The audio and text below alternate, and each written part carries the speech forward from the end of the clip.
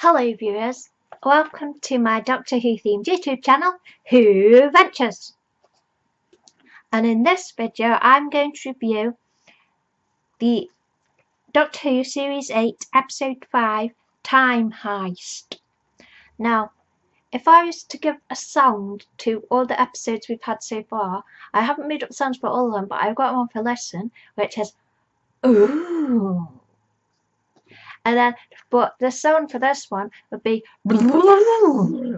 because it's a whole big twisty turny sort of blancmange of an episode for me. I found it quite confusing. Now, when I first watched it, my beautiful 20-month-old nephew was visiting, and we was playing with Duplo blocks and making things. So I didn't really watch it that closely, but on my rewatch I sort of understand what the plot is a bit more, but it's still a big spaghetti plate of spaghetti. So I'm going to start the review now. Now the opening is that we see the vortex, and the vortex morphs into the Doctor watching the washing go round in the washing machine, and I really like that opening, and I really like that we're back in Clara's place, because I really like the companions sort of having I really like the companions having a home life. I really like that.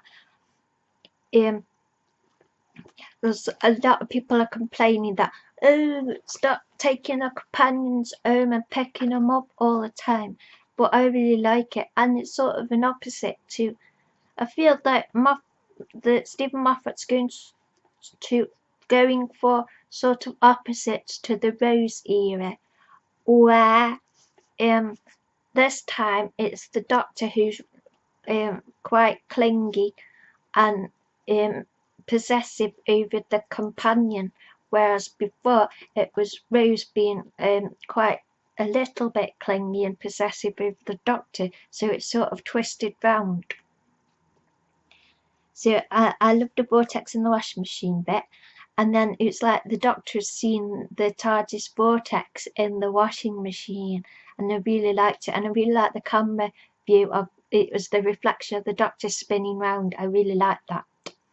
And then I like how so we could go to this planet, or we could go to Brighton. I've got the whole day planned out, and I was like, yay, let's go to Brighton, because in my cartoon series it's sort of like Clara's gone off with Danny, and me, and like I'm sort of, well, Clara, if you don't want to hang out with the Doctor, I will.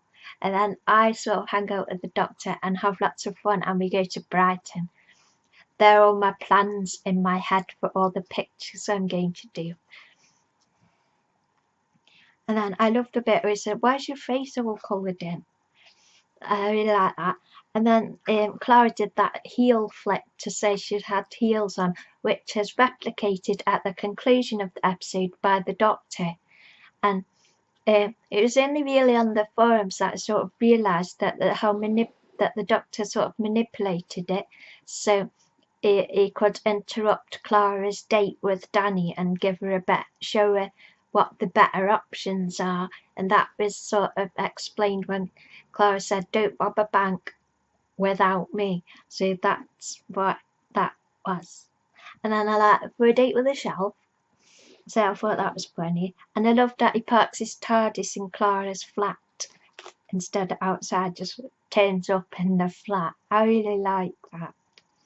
And I like Capaldi's excited eyebrows. Ooh, the phone's ringing. Ooh, adventure. And then the memory worms turn up again. Then we meet Sai and Sabre. Sai's augmented, Sabre's mutant, but they're both human.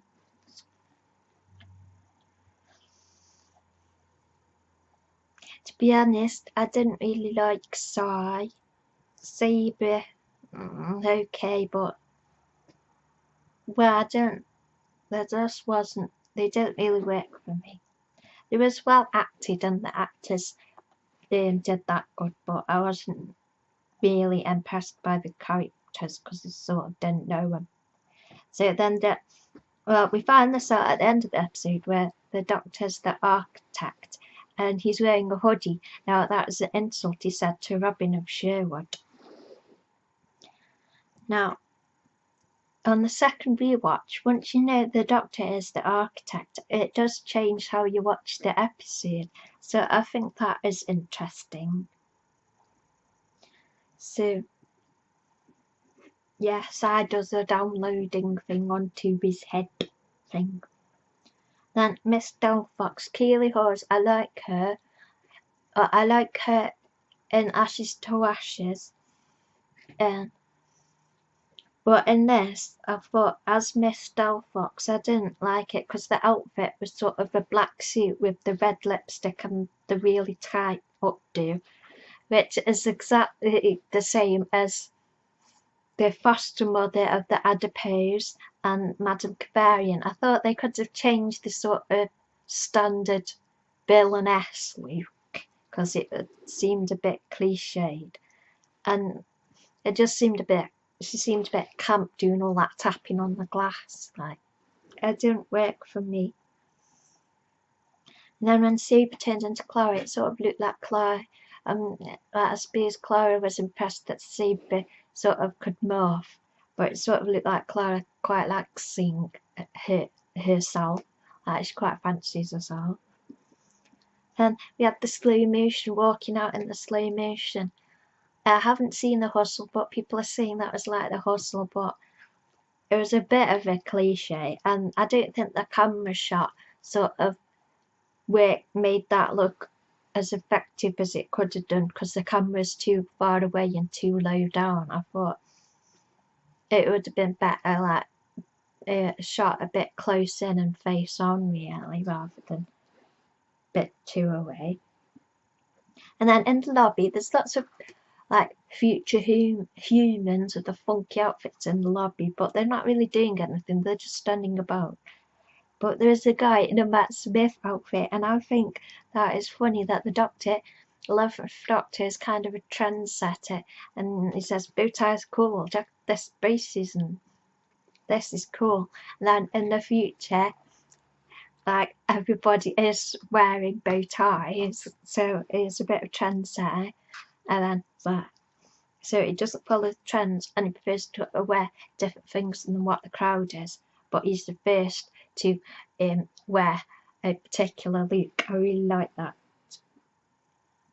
Then we saw the talent. I watched the behind the scenes how they did it show, and it does look really cool because they made it with a bloke in the spacesuit and the animatronic head, so it does look pretty cool.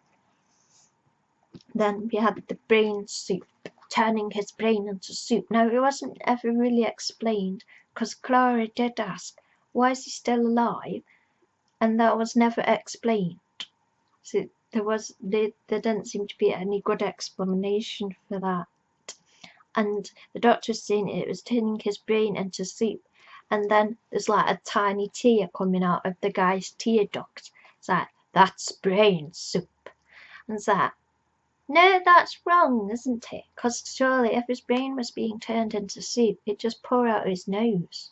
Because that's how the Egyptians, when they mummified, that's how they got the brains out. They stuck a hook up their nose and just pulled the brains out. So technically, if his brain was being soup, it'd just burst from pouring out his nose. And if the brain was being soup, all the soup, the pressure, press up against his eardrums, burst his eardrums, and it come pouring out his ears as well. So that effect, although it looked freaky, like cool because it looked freaky, it was inaccurate. Then we have the lift. They go in the lift, and looking down, it looks like a square vortex with red lights. There's a really brilliant Gallifrey Bayesian who does these deep, close reading threads, or just close reading with like sort of mystical explanations and stuff, and they're really good. And they always the threads always got mirror in their title, so they're really interesting. But I don't really want to read them that much before seeing all series 8, because it sort of makes me think a bit. It makes me veer into thinking about spoilery stuff. So, but they're really good threads. Then I noticed that Miss which one's which? Yeah, Miss Delphox the clone, her microphone thing looks like a metal quill. And when we see Carabraxos, she does write with a quill. So I thought that link up was good. And then the doctor's working out that they've got to go through the floor, but he sort of does river dance. And I thought Capaldi doing river dance was really funny, and I really enjoyed that bit. And then Sai, at this point, we know that he's a hacker and a bank robber, and he talks about the doctor being a lunatic because the doctor's breaking into the bank. So I think that's a bit hypocritical that Sai's saying the doctor's a lunatic when Sai's a hacker and a bank robber, and obviously upsets a lot of people himself. But he could be meant to be sort of like a future type of Robin Hood. Maybe that was the point. Then why is Doctor in charge? Basically, it's the eyebrows. So yeah, that was good.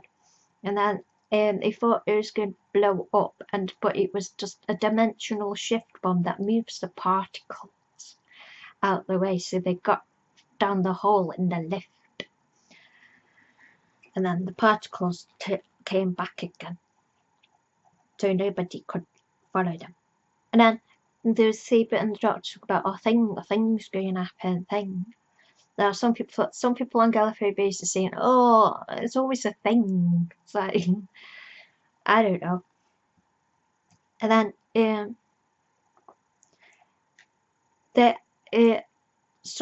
I don't know if it's the doctor. I think it might be. It says there's something breaking into a bank, an advance breaking into a bank. Now again, we have an episode where the actual secret of the story is given out at early point in the episode. So that was interesting, I guess. And then Sai is meant to be an augmented human, and stress drains the batteries. Now that is pretty shitty augmentation, isn't it? Because if he's going to be, because I know there's scientists already that have put computery things in their arms and stuff.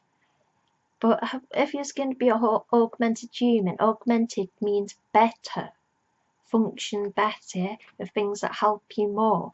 Now stress draining the batteries, that's really crap augmentation. How rubbish is that? And then said, I deleted my friends and family. So basically, in Facebook, if somebody was looking for you on Facebook and nosing about, then you delete your friends on Facebook. So that wasn't that. I think that was meant to be like, oh, he's deleted his friends. You don't have your loved ones. You delete your memory. It's like really deep and like really like sad. But it's just deleted his mate's Facebook, and he still seems to remember that he's deleted his friends and family on Facebook. Well, deleted his friends and family from his memory banks, but he knows he's deleted his friends and family, so he's obviously not deleted that much from his memory. Then the vent, they come crawling out the vent, from the other direction, because that direction is no entry, but they do it from the other direction. And that's when Clara says they look at the monitors and see the people all chained up with their heads shrunk, and she says, why is he even still alive? And that wasn't explained, which is annoying. And then Sai was like, about the doctor, don't let me end up like that. No, hang on a bit. I forget which bit, like, Sai's brain thing, don't let me end up like that, as in, don't let his brain get sucked out. But if he's that bothered about his brain being sort of affected, why would he be an augmented human? He's obviously quite happy to have things plugged into his brain anyway, because that just doesn't make sense. And the teller in the box, somebody's pointed out that there is a similarity to when Peter Capaldi played Fabergé and Torchwood, and he looked at the big cubicle with the 456. So yeah, I could see that similarity. That was good. And then the teller is a forced hibernation. And then we have the teller sort of feeding off people. I don't know why exactly. I'll come to that point later.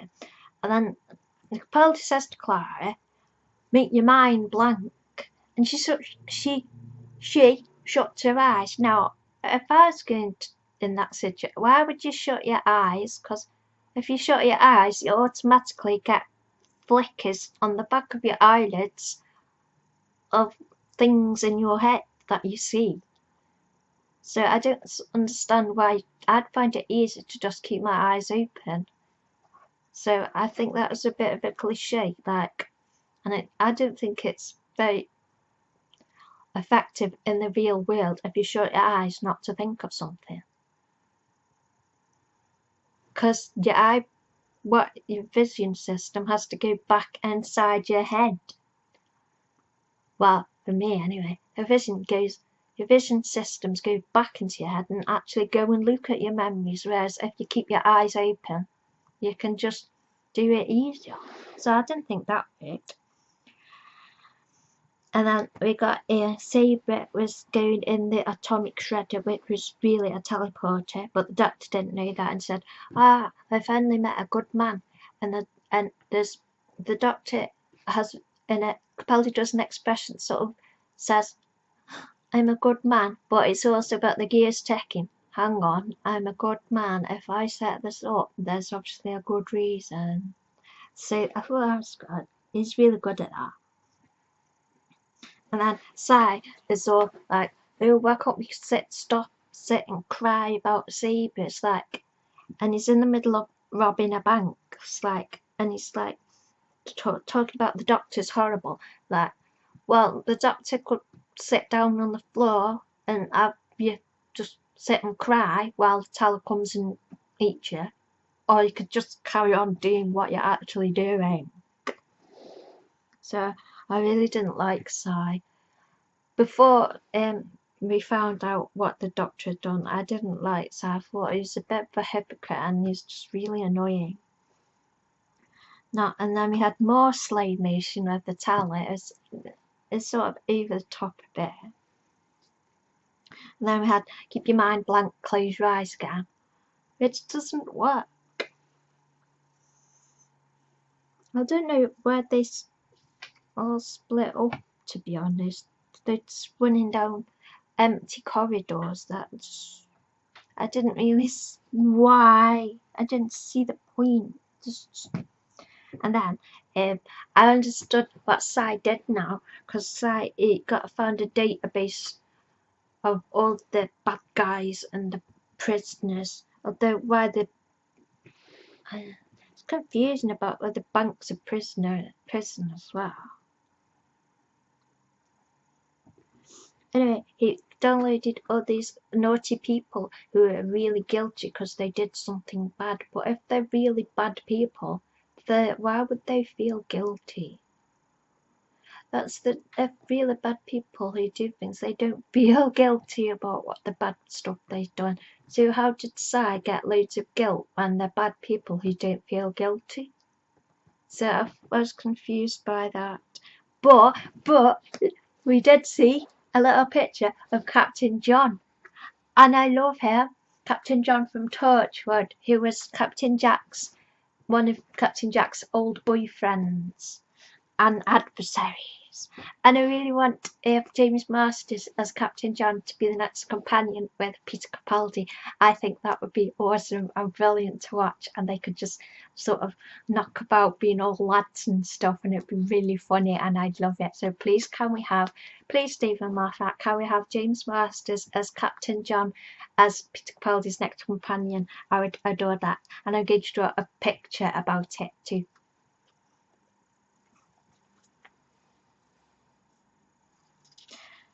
So again, I'm confused about Sai deleting his friends and family. they deleted them. How just so I remember he had any to delete. But I suppose it's the same as having a computer and putting things in the recycle bin, maybe.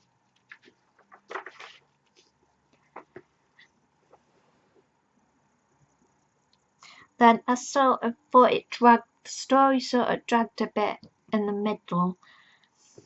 And then we found out about the solar storm, which made me think that the sun that was in having this solar storm, that was the sun that the 10th Doctor was burning up to say goodbye to Rose.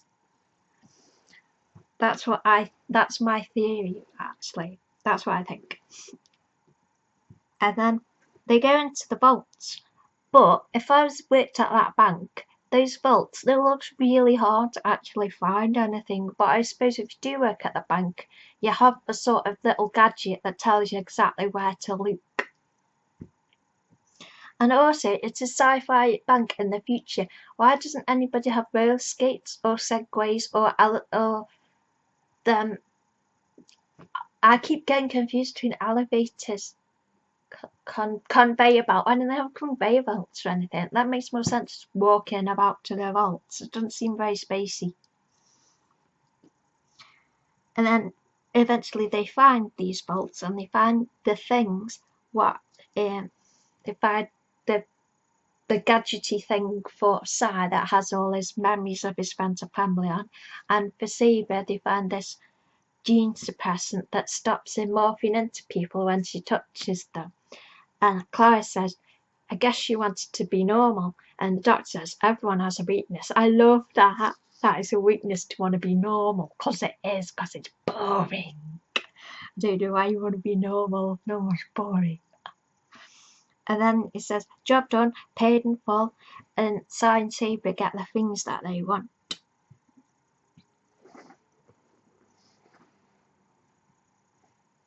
Then we go down to the special vault where we find out who Cara Braxos is and find out she had a clone. And that's good. She hates her own clones, and that's a bit like the 10th Doctor hating 10.5, because 10.5 did like blew up all the Daleks, but he still got half a girlfriend and snug it and go off and get married to and everything. So that's what it's like. He hates his own clone for they're related to the Doctor. And then we get the sort of Malcolm Tucker inspired bit. That's the clean version. Shut it up. And I thought you could have said that a bit more forcefully. That would have been fun. And then I like D shut up. So that was good. And then he's overbearing and manipulative. I hate the architect. So I thought the self-hate stuff is getting a bit old and cheesy. But that's how he realises that he is an architect. And then we see the feather quill bit, which made me think of the clones microphone. And then there's a solar storm happening, and it's going to take over the bank. And the people in the lobby are just standing in the lobby, not doing anything. I mean, if there's a solar storm coming, why would you waste your time standing about in a bank lobby? Wouldn't you go home and try and see your family, or at least try and go home and try and find some sort of basement they're just hanging around in a bank lobby. Why aren't they doing anything? And then the doctor gave Cara Braxos's number, says, you'll be old and full of regret. So maybe he planted that in her head so she'd definitely ring him, because yeah, I guess that's so, because she might not have regretted anything, because she might have still been a bad person, but I guess he put that in her head. Then we got the doctor interfacing with the tele to take away the memory block.